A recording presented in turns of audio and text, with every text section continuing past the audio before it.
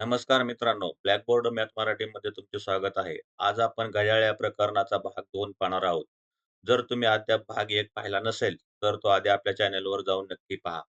आजच्या या दुसऱ्या भागात आपण घड्याळातील कोनावर आधारित कठीण प्रश्न आपल्या नेहमीच्या गुणोत्तर रेषे पद्धतीने अगदी सोप्या भाषेत सोडवणार आहोत. चला तर मग सुरू करूयात.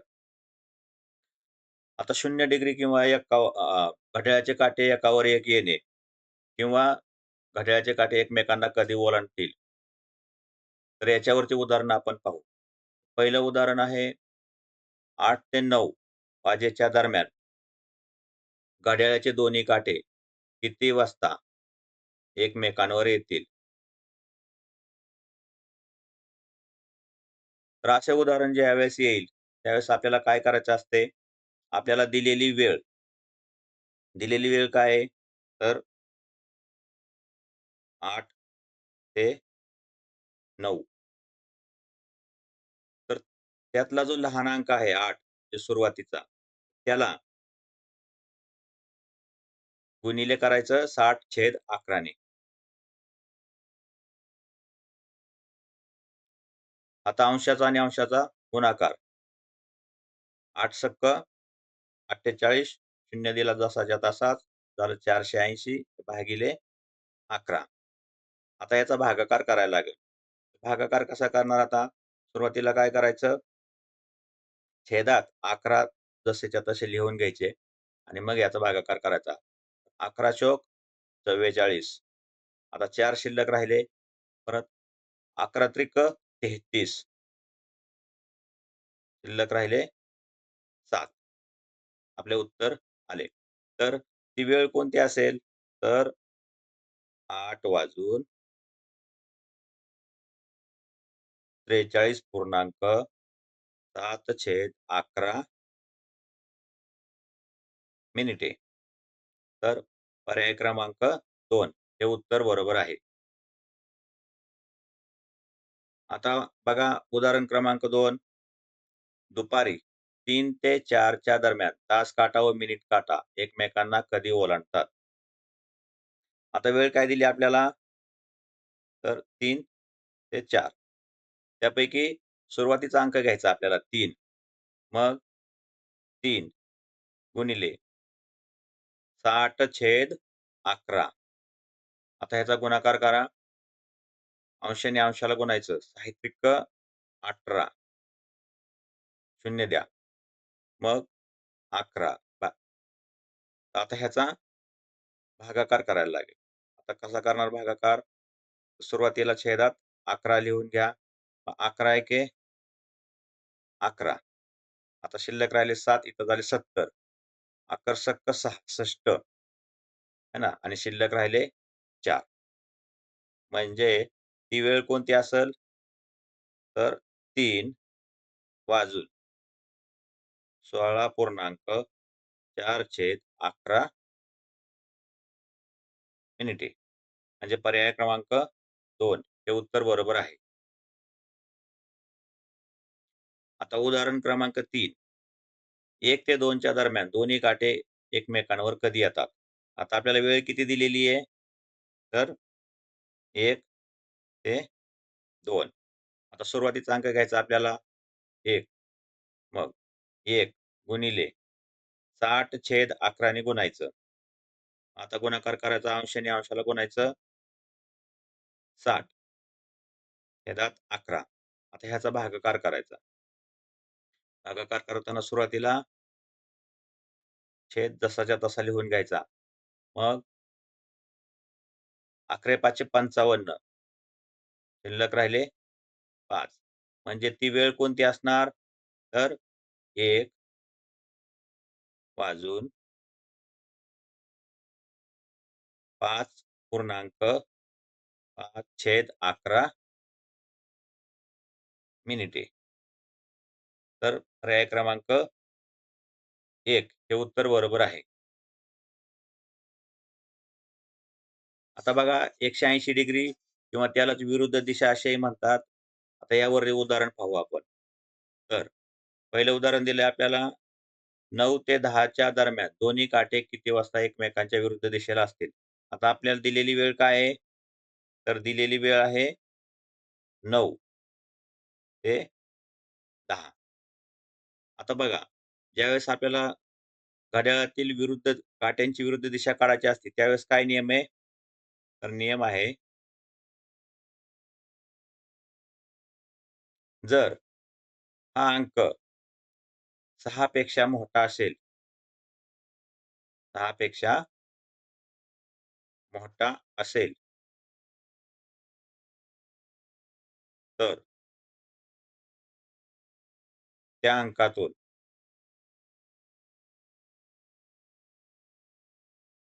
6 वजा करा आणि लहान असेल तर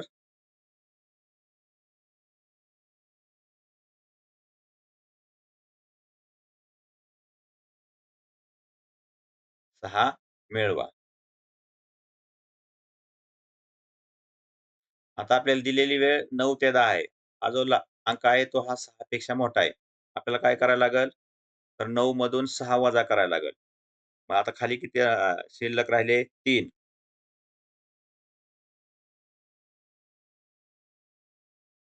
आता याला गुणिले 60/11. मग 6 18 हा शून्य दिला 180 झाले भागिले 11. आता ह्याचा भागाकार. सुरुवातीला छेदात 11 लिहून घ्यायचं. मग 11 एके 11. आता इथं राहिले शिल्लक 7. 11 66. शिल्लक राहिले 4. है ना? तर ती वेळ कोणती असणार? तर 9 वाजून 16.4/11 मिनिटे. पर्याय क्रमांक 2 हे उत्तर आपले बरोबर आहे. आता पुढचं उदाहरण. सकाळी 10 ते 11च्या दरम्यान तास काटा व मिनिट काटा 180 डिग्रीचा कोन कधी करतील? आता दिलेली वेळ किती आहे? तर दिलेली वेळ आहे 10 ते 11. मग हा अंक 6 पेक्षा मोठा आहे. तर काय करायचं? 10 वजा 6 बरोबर किती आले? 4. मग आता ह्या 4ला 60/11 ने गुणायचं. मग आता अंशाने अंशाला गुणा. 6 चोक 24, 240 छेद 11. आता ह्याचा करायचा भागाकार. सुरुवातीला छेदात 11 जसंच्या तसं लिहून घ्यायचं.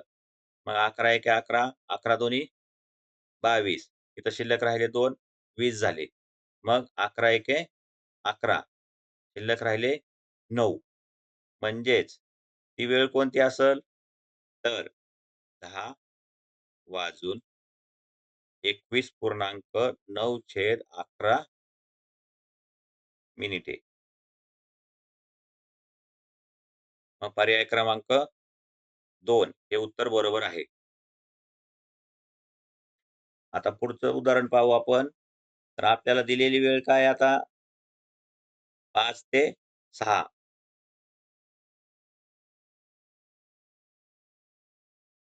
आता हे 5 6 पेक्षा लहान आहेत. म्हणून काय करायचं त्यामध्ये 6 मिळवायचे. 5 अधिक 6 बरोबर किती झाले? 11. तर आता ह्या 11ला 60/11 ने गुणायचं.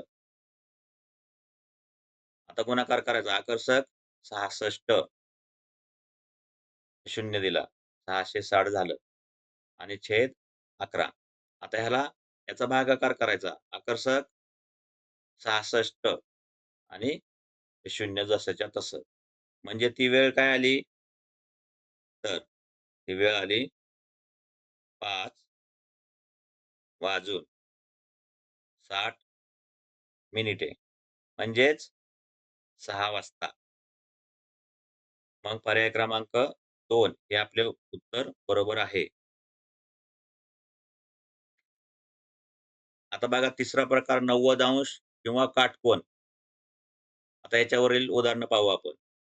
तर पहिलं उदाहरण आहे 5 ते 6 वाजेच्या दरम्यान दोन्ही काट्यांमध्ये पहिल्यांदा काटकोन किती वाजता होईल? तर घड्याळाच्या दोन्ही काट्यांमध्ये काटकोन काढण्यासाठी अ, नियम आहे. तर नियम काय आहे? तर दिलेली जी वेळ आहे त्यातला जो लहान अंक आहे, म्हणजे कोणता? हां, तर त्या अंकामधून सुरुवातीला लहान अंकातून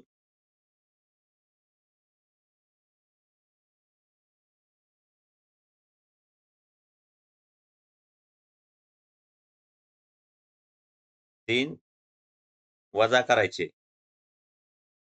म्हणजे पहिला काटकोन मिळेल आणि नंतर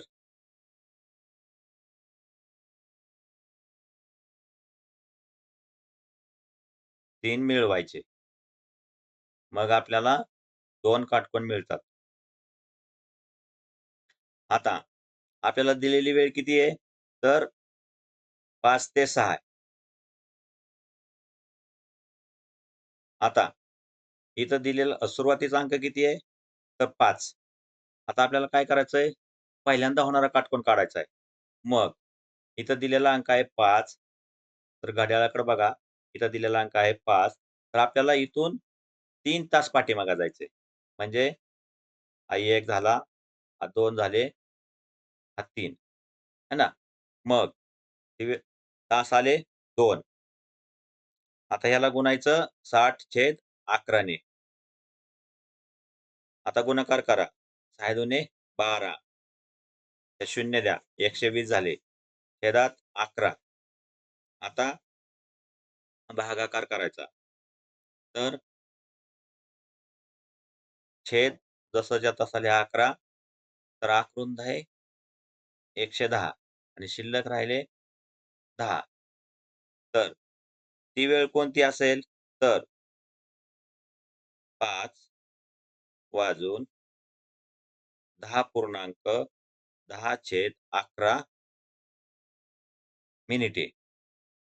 तर पर्याय क्रमांक 1 हे उत्तर बरोबर आहे. आता पुढचं उदाहरण पाहू. तर उदाहरणामध्ये काय दिलंय? 7 ते 8 वाजेच्या दरम्यान घड्याळाचे काटे किती वाजता काटकोन दर्शवतील? तर आता आपल्याला इथं पहिल्यांदा किंवा दुसऱ्यांदा असं काही सांगितलेलं नाही.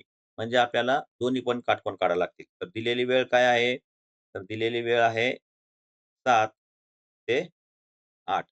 तर सुरुवातीचे हे जे 7 आहेत, यामधून एकदा 3 वजा करायचे आणि एकदा 3 मिळवायचे. तर बघा, इथं 7 आहे, है ना? ही दिलेली वेळ आहे. तर इथून पहिल्यांदा 3 मायनस करायचे. 1, 2, 3. तर 3 वजा केल्यावर किती येतंय? 4. तर 4 गुणिले 60/11. आता गुणाकार करायचा. 6 चोक 24, 240 छेद 11. आता भागाकार करायचा. मग छेदात 11 जसंच्या तसं अगोदर लिहून घ्यायचं. 11 दुने 22, 2 शिल्लक राहिले, इथं झाले 20. 11 एक्के 11, शिल्लक राहिले 9. म्हणजे पहिली वेळ काय असणार? तर 7 वाजून 21.9/11 मिनिटे ही पहिली वेळ असणार आहे. आता दुसरी वेळ. आता इथं 7 आहे. तर ह्या 7 मध्ये दिलेली वेळ आपल्याला 7 आहे. तर ह्या 7 मध्ये 3 ॲड करायचे आहेत. म्हणजे 1, 2 आणि 3 म्हणजे 10 आले. तर 10 गुणिले 60/11 चा गुणाकार करून घेऊ. 10 सक्क 60 हे 6, 0, 0. तर छेदात 11. आता भागाकार करून घेऊ. तर सुरुवातीला काय करायचं? छेदात 11 जसंच्या तसं लिहून घ्यायचं. तर आता 11 55, शिल्लक राहिले 5. इथं झाले 50. मग परत 11 चोक 44, शिल्लक राहिले 6. मग ती वेळ काय असणार आहे? तर 7 वाजून 54.6/11 मिनिटे. या 2 वेळेला काटकोन तयार होईल. तर बघा 7 वाजून 21.9/11 म्हणजे हे पण आहे आणि 7 वाजून 54.6/11 मिनिटे म्हणजे हे पण आहे. मग पर्याय क्रमांक 1 आणि 2 आपले हे उत्तर बरोबर आहे. आता पुढचं उदाहरण 4 ते 5 च्या दरम्यान पहिली वेळ काटकोन सांगा. तर दिलेली वेळ काय आपल्याला 4 ते 5. सुरुवातीचा अंक घ्यायचा आपल्याला 4. आता पहिली वेळ काटकोन काढायची म्हणजे 3 वजा करायचे. मग ही दिलेली वेळ आहे 4. मग इथून 3 मायनस करायचेत आपल्याला. 1, 2 आणि 3. किती आलं? 1. तर 1 आता ह्याला गुणायचं 60/11 ने. मग गुणाकार करून किती आलं? तर 60/11. आता ह्याचा भागाकार करायचा. तर पहिल्यांदा छेदात 11 जसंच्या तसं लिहून घ्यायचं. 11 5 55. 5 शिल्लक राहिले. तर ती पहिली वेळ काय असेल? तर 4 वाजून 5.5/11 मिनिटे. तर 4 वाजून 5.5/11 मिनिटे. पर्याय क्रमांक 2 हे उत्तर बरोबर आहे. आता पुढचं उदाहरण. हे उदाहरण खूप इम्पोर्टंट आहे. लक्ष देऊन ऐका. तर उदाहरण काय दिलंय? 1 ते 2 वाजेच्या दरम्यान घड्याळाचे काटे किती वाजता काटकोन दर्शवतील? आता बघा दिलेली वेळ काय आहे? 1 ते 2. दिलेली वेळ आहे 1 ते 2. आता सुरुवातीचा अंक किती आहे? 1. आता नियम काय सांगतोय आपल्याला? तर एकदा 3 वजा करायचेत आणि एकदा 3 मिळवायचेत. आता दिलेली वेळ आहे आपल्याला 1. पहिला काटकोन काढण्यासाठी आपण काय करतो? 3 वजा करायचेत. मग 1, 2 आणि 3 म्हणजे ह्या 1 मधून 3 वजा केल्यावर किती येतं उत्तर? 10. तर 10 गुणिले आता ह्याला 60/11 ने गुणायचंय. 60/11 बरोबर. 10 सक्क 60 हा शून्य द्या. छेदात 11 लिहा. बरं. आता ह्याचा भागाकार करा. मग 11 5 55 शिल्लक राहिले 5. 11 चोक 44 शिल्लक राहिले 6 आणि छेदात 11 म्हणजे ती वेळ काय असणार आहे? तर 1 वाजून 54.6/11 मिनिटे. ही पहिली वेळ असेल काटकोन होण्याची. आणि आता दुसरी वेळ काढू आपण. आता हा जो 1 आहे, ती दिलेली वेळ आहे 1 ते 2. मग हा जो 1 आहे, इथपासून आपल्याला पुढं 3 अंक मोजायचे आहेत. तर 1, 2 आणि 3. उत्तर किती आलं? 4. तर 4 गुणिले 60/11 ह्याचा गुणाकार करून घेऊ. 6 चोक 24 240/11 आता याचा भागाकार करून घेऊ. तर सुरुवातीला छेदात 11 जसंच्या तसं लिहून घ्यायचं. बरं. 11 दुने 22 शिल्लक राहिले 2 संख्या झाली 20. 11 एके 11 शिल्लक राहिले 9. तर ते काटकोन करण्याची दुसरी वेळ कोणती असेल? तर 1 वाजून 21.9/11 मिनिटे. तर 1 वाजून 21 मिनिटे हा पर्याय बरोबर नाही. 1 वाजून 54.5/11 मिनिटे. इथं 6 पाहिजे. तर हा पर्याय क्रमांक 2 पण बरोबर आहे आणि 1 वाजून 21.9/11 मिनिटे हे पण बरोबर आहे. म्हणजे उत्तर आपलं काय बरोबर आहे? पर्याय क्रमांक 2 आणि 3.